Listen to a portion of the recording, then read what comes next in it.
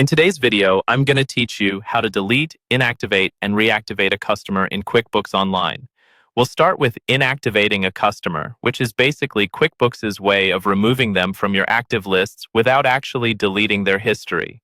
This is really helpful when you no longer work with a customer but still want to keep accurate records for past transactions and reports. First, sign in to your QuickBooks Online account and look at the left-hand navigation menu. From there, click on Sales and then select Customers. This will open your full customer list. Take a moment to locate the customer you want to inactivate. You can scroll through the list or use the search bar at the top to type in their name if you have a long list. Once you see the right customer, click directly on their name to open their profile. This will bring up their details, along with options to edit their information. In the upper area of the customer profile, look for the Edit button and click it. This allows you to make changes to that customer's settings. Inside the Edit screen, look for the option that says Make Inactive. When you select this, QuickBooks will ask you to confirm your choice. Click Yes, Make Inactive to complete the process. After this, the customer will no longer appear in your regular customer lists and menus when you create new transactions. It's important to understand what this means.